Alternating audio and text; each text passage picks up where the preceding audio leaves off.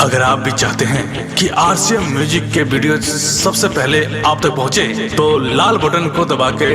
Channel को subscribe जरूर करें और साथ में बेल आइकन को दबाना ना भूलें।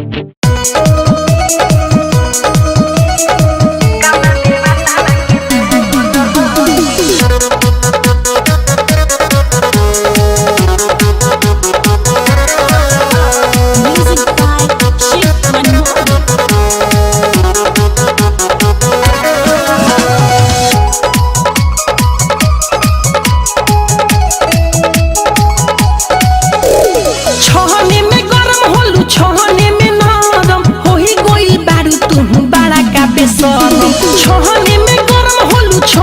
में नरम होई गइल बारू तू बड़ा का बेसरम कबो साढ़े कबो तू बहने जालू गलू कबो साढ़े कबो तू बहने जालू गलू अरे कवना देहवा तावा के महंगो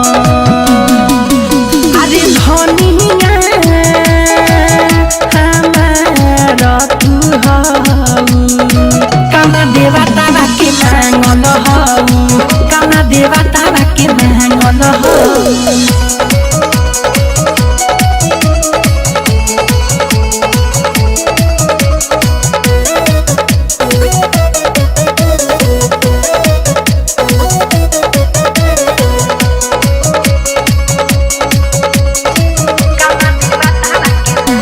कबो बोला मीठ बोली कहबो तू तीत हो गहा बेलू हरा बमन हर के गीत हो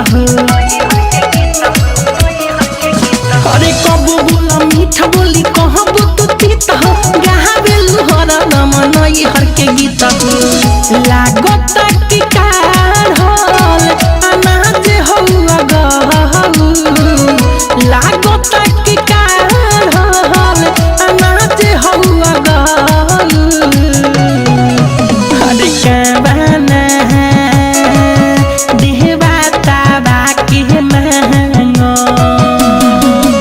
अरे धनिया हमारा तू हऊ काना देवा तावा के महंगल हऊ काना देवा तावा के महंगल हऊ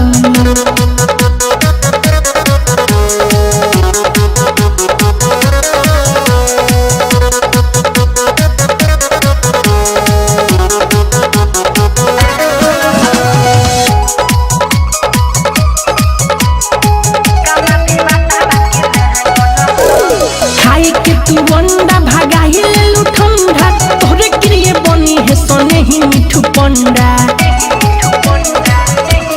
हाय हाय खाई के तू वंडा भागाही लेलू ठंडा तोरे क्रिए बनी है सोने ही मिठू पंडा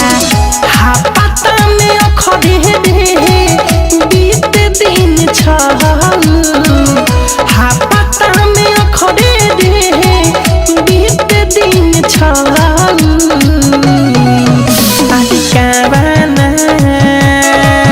देहवा तावा के महंगो अरे धनिया हमारा तू हऊ काना देवा तावा के महंगल हऊ काना देवा तावा के महंगल हऊ छोहने में गरम होलू छोहने में नरम होई गइल बारू तू बड़ा का बेसरम छोहने में गरम होलू छोहने में नरम होई गइल बारू तू बड़ा का बेसरम कबो साढ़े कबो तू